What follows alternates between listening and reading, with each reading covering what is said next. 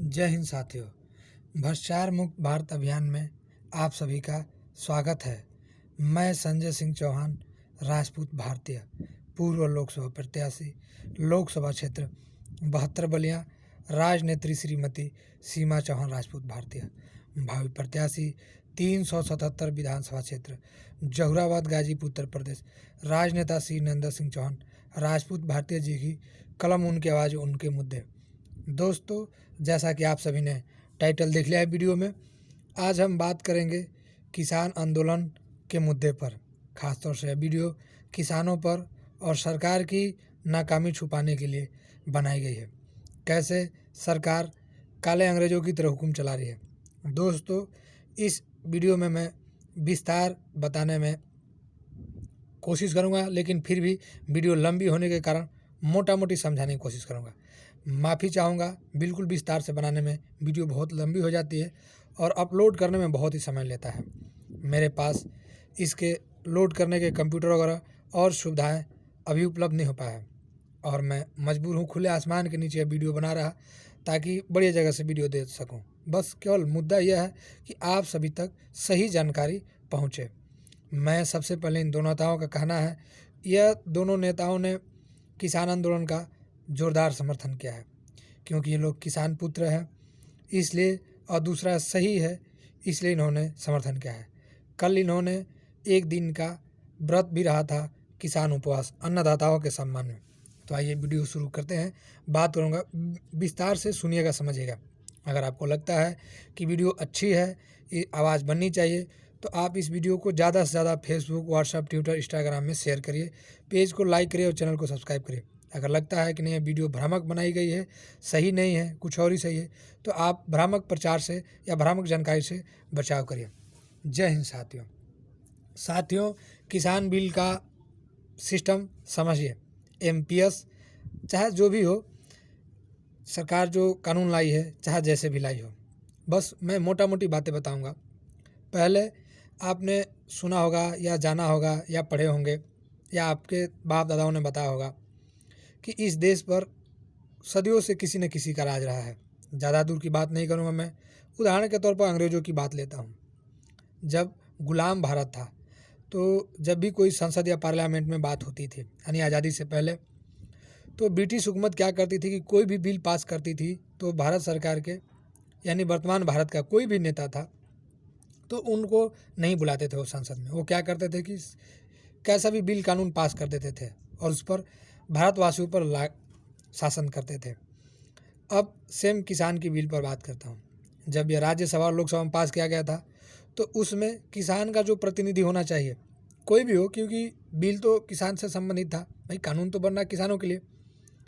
आप अगर मान लीजिए शादी ब्याह करते हैं आज के दौर में लड़के लड़कियों का, तो जाहिर सी बात है थोड़ा बहुत तो लड़के और लड़की की मर्जी जानते हैं या नापसंद। तो जब एक शादी करते हैं तो लड़के की पसंद नापसंद जानते हैं। क्या आप एक किसान बिल लाएंगे तो किसानों को शामिल नहीं करना चाहिए था? भाई किसान से संबंधित बिल थी, सरकार ने उसको आनन फानन में लागू कर दिया। ठीक अंग्रेज भी आनन फान में लागू करते थे।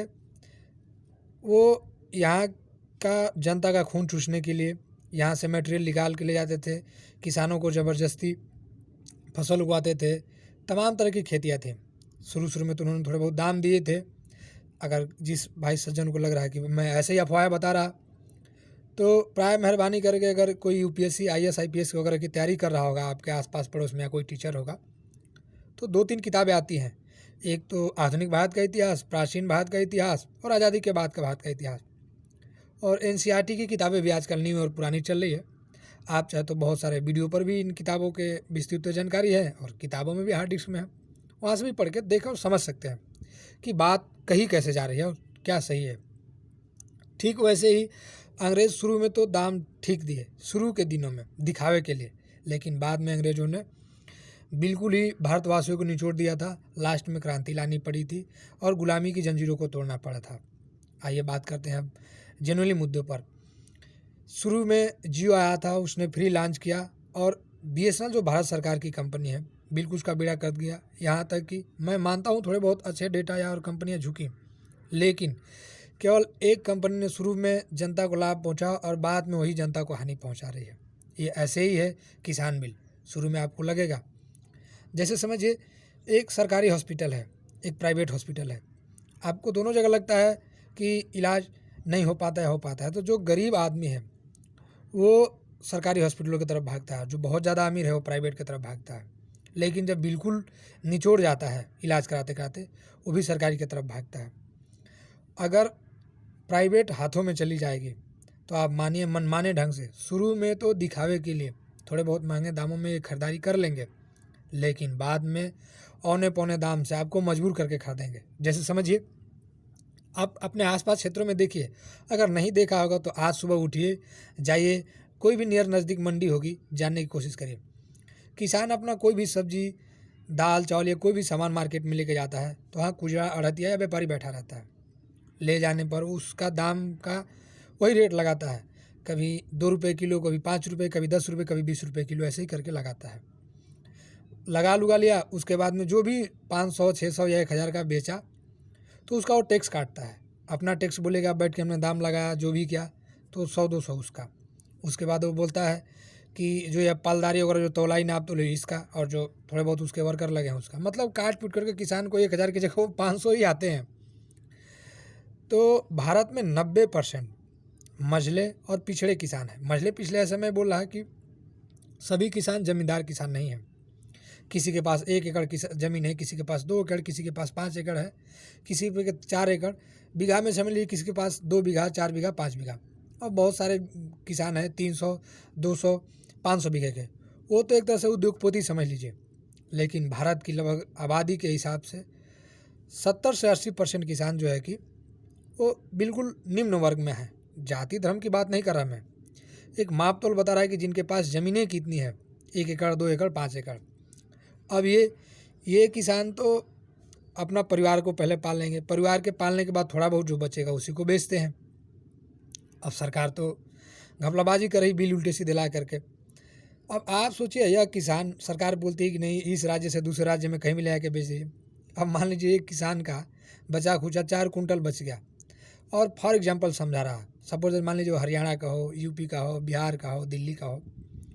अगर मान लीजिए यूपी का है, लखनऊ का है, और उसको बिहार पटना लेके जाना है बेचने के लिए, या चंडीगढ़ लेके जाना है बेचने के लिए, 20 कुंटल है। आप बताइए 20 कुंटल वो बेचेगा, मान लीजिए वहाँ 40 रुपये किलो उसको गेहूँ मिल रहा हो या बेचा जा रहा हो, या 30 रुपये है, तो उसका किराया आने जाने का खर्च जोड़ के आप बता दीजिए कितना उसको पड़ेगा, कितना बचत कमा लेगा वो किसान।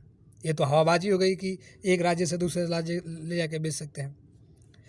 तीसरा, इस बिल में कमी क्या थी कि पहले किसान क्या करता था कि जो मंडी में थोड़ी बहुत उसके पहचान परिचय के हैं आते जाते, तो थोड़ा बहुत उससे कर्ज लेके अपना काम चलाता था, खेती बाड़ी का काम करता था उधार लेके। लेकिन अब सरकार बोली कि नहीं, इस नियम में ऐसा है कि जो पैन कार्ड धारी है, समझिए केवल मैं समझाने के बोल रहा, वो आएगा, आपके माल खरीदवाएगा, बेचवाएगा, लेके चला जाएगा। अब बताइए जो एक मंडी में परमानेंट रहता है, मतलब नियमित रूप से रहता है, उसमें और एक कार्डधारी है और आज बेच के चला गया, तो आप किसको पकड़ेंगे? पैन कार्ड तो किसी का कहीं का भी बन सकता है, भारत के किसी भी नागरिक का, कहीं का धंधा चला छोड़ के चला गया। अब किसान किस किस के पीछे भागेगा? ये तो सरासर धोखाबाजी है। अब सरकार कह दी कि नहीं बिल सही है, तो हम कह रहे हैं या ये दोनों नेता कह रहे हैं कि अगर बिल सही है तो आप इसको किसानों को बताइए। किसान मान क्यों नहीं रहा, क्यों धरना करा? अन्नदाता है, अन्नदाता के ही कारण आप सरकार में आए हैं, सत्ता में आए हैं। जब ये इकोनॉमी गिरी थी कोरोना महामारी में, तो किसान ही ऐसा था जो पूरे देश को उस समय चला रहा था। अब बहुत सारे लोग तो ये भी बोलेंगे कि जो दवाएं बनती है उस उद्योगपतियों का सोचो, जो स्वेटर वगैरह बनते हैं, कपड़े वगैरह बनते हैं, या अन्य ऐसे उर्वरक कीटनाशक दवाएं बनती हैं, तो उद्योगपति का भी तो हक बनता अधिकार धरना के लिए। नहीं, ये जितने कपड़े रेशम कीट पाले जाते हैं, कहाँ पाले जाते हैं? किसानों के घर होता है, सबसे मिनिमम प्राइस में बिकता है। जो भी औषधियाँ बनती है आप चाहे तो चेक करा लीजिए, कहीं ना कहीं इसका फार्मिंग है, वो छोटा या मझला किसान ही है। कहीं जंगलों में, पहाड़ों में, पेड़ पौधों, जड़ी बूटियाँ मिलती हैं, बाद में उसको फार्मिंग करके बड़े बड़े प्लांटों में बनती है, दवा उद्योगपति बेचते हैं। जैसे सिंपल समझिए, किसी मॉल में आप जाते हैं तो जो पालक, प्याज या मट्टा, भुक्का या जो चावल है, गांव में आपको 10 रुपये, 20 रुपये, 5 रुपये, 4 रुपये, 3 रुपये किलो मिलेगा। लेकिन वही अगर मॉल में जाएगा तो 80 रुपये, 70 रुपये, 60 रुपये किलो बिकता है। चलिए मान लीजिए किसान तो उसके पास थोड़ी बहुत खेत है, वो तो अपना गुजारा कर लेगा उस उपजाऊ मिट्टी से, जो भी फसल निकाल के खाना होगा, अपने परिवार का पोषण पालन कर लेगा। लेकिन जिस भाई के पास ज़मीन नहीं है, जो भाई शहरों में मेहनत मजदूरी करते हैं, क्या आप बताइए, जो चावल अभी 20 रुपये किलो, प्याज टमाटर 20-30 रुपये किलो जैसे ही महंगा हो रहा है, लोग हाय हाय करने लग रहे हैं। जब वही 200-500 रुपये किलो होगा, क्या लग रहा है खाएंगे? उद्योगपति तो खाएंगे, क्योंकि उद्योगपतियों को तो 1 लाख की एक दिन की चाय होती है। विश्वास नहीं जिनको, तो हो सकता हो आप यूट्यूब फेसबुक पर और अन्य सोर्सेस हैं, वहाँ चेक करके देख सकते हैं। हवाबाजी नहीं करते ये नरेंद्र जी और सीमा जी, नहीं। अब आप बोलेंगे नहीं सरकार अच्छा कर रही है, भाई मानता हूँ मैं, आप लोग जैसा कर रहे हैं कि सरकार ने पहले किसानों को 2000 रुपये महीना दी, गैस सब्सिडी दी, पेंशन दे रही है, अन्न बांट रही है गरीबी जान करके, मैं भी मानता हूँ। अंग्रेज भी आए थे ना, आप पूछ लीजिएगा, किताब उठा के पढ़िएगा। पहले वो लोगों को धीरे धीरे कामों में रखा, दालचीनियाँ दी उनको, तेजपत्ते मसाले बेचे, उनको सभ्यता के नाम पर थोड़ा बहुत सिखाना शुरू किया, उनको थोड़ा बहुत उनके धर्मों में परिवर्तन लाना शुरू किया, थोड़ा बहुत प्रथा प्रथाएँ वगैरह थी, थोड़ी बहुत प्रथाओं को बंद करने की कोशिश करी कि हम सभ्य हैं, आप लोग असभ्य हो।